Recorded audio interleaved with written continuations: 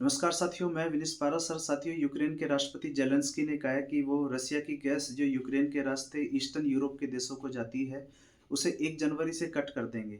साथियों वहीं रसिया ने भी इसका जवाब देते हुए कहा है कि हमें यूरोप के देशों को गैस बेचने की ज़रूरत ही नहीं है, हम यूरोप के गैसों देशों को गैस बेचना ही नहीं चाहते। साथियों इस समय यूरोप में जहाँ जर्मनी में समय से पहले चुनाव हो रहे हैं, फ्रांस में पॉलिटिकल सिचुएशन ठीक नहीं है और यदि हम यूके की बात करें तो यूके इस समय भयंकर मंदी का शिकार है। ऐसी सिचुएशन में ज़ेलेंस्की का ये कदम यूरोप के लिए एक चैलेंज माना जा रहा है क्योंकि इस समय सर्दियों का समय है, यूरोप में सर्दियाँ बहुत भयंकर पड़ती हैं। साथियों, इस कहानी में एक घटना और हो गई।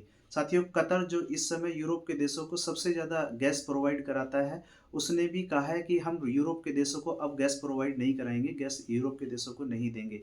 क्या है पूरी कहानी? इस वीडियो में विस्तार से चर्चा करते हैं। साथियों, रसिया अपनी गैस यूरोप के देशों तक 2 रास्तों से पहुँचाता था।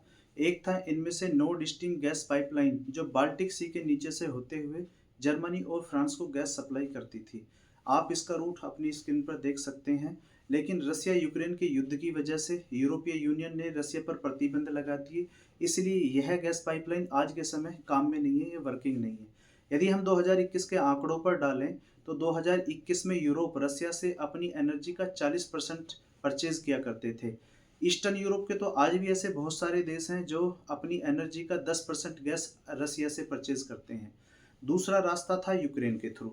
स्लोवाकिया और हंगरी और रसिया के बीच में 2019 में एक एग्रीमेंट होता है जिसमें कहा जाता है कि रसिया आने वाले 5 साल तक स्लोवाकिया और हंगरी को गैस सप्लाई करेगा यूक्रेन के थ्रू।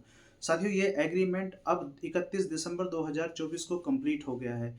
इसलिए यूक्रेन के राष्ट्रपति ज़ेलेंस्की कह रहे हैं कि अब हम इस एग्रीमेंट को रिन्यू नहीं करेंगे।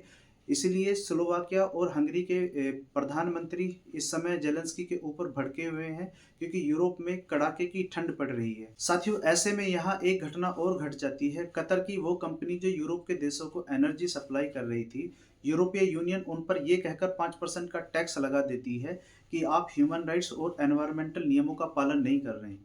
ऐसे में कतर सामने आता है, कतर कहता है ठीक है हम आपको एनर्जी अब हम आपको गैस ही सप्लाई नहीं करेंगे।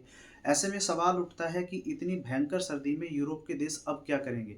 साथियों यहाँ पर एक घटना और घट जाती है। स्लोवाकिया जो यूरोपीय यूनियन का भी सदस्य है और नाटो का भी सदस्य है, उसके प्रधानमंत्री निकल के आते हैं। पहले तो वो ज़ेलेंस्की को खरी-खोटी सुनाते हैं, फिर वो चले जाते हैं रसिया। जब से रसिया यूक्रेन युद्ध शुरू हुआ है, नाटो का ये पहला देश है जो रसिया जाता है। हालाँकि 6 महीने पहले हंगरी के प्रधानमंत्री भी गए थे, लेकिन अब स्लोवाकिया के प्रधानमंत्री रसिया चले जाते हैं। वहाँ पे जाके पुतिन से बढ़िया से हाथ-वूथ मिलाते हैं और फिर एक स्टेटमेंट निकल के ये आता है कि रसिया और स्लोवाकिया और हंगरी कोशिश कर रहे हैं कि हम यूक्रेन को बाईपास करके कोई डायरेक्ट ऐसा रूट बनाएं जिससे रसिया की गैस डायरेक्ट स्लोवाकिया और हंगरी में पहुंच जाए। साथियों स्लोवाकिया के पीएम रोबर फिको की रसिया विजिट के बाद यहाँ पर क्वेश्चन उठने लगे, क्या नाटो में फूट पड़ गई है?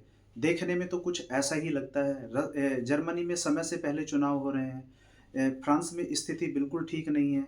ब्रिटेन शांत होकर बैठ गया है। वहीं डोनाल्ड ट्रंप कह रहे हैं कि मैं नाटो से अमेरिका को बाहर निकाल लूँगा। ऐसे में रसिया के प्रेसिडेंट मस्त अपना तेल और गैस बेच रहे हैं और यूक्रेन की बॉर्डर पे ठुकाई कर रहे हैं। तो साथियों ये जानकारी आपको कैसी लगी? यदि जानकारी आपको पसंद आई है तो इस वीडियो को दोस्तों के साथ भी शेयर कर दीजिए और चैनल को प्लीज़ सपोर्ट कीजिए, सब्सक्राइब कर दीजिए और वीडियो को लाइक भी कर दीजिए। मिलते हैं अगली वीडियो में। बहुत बहुत धन्यवाद।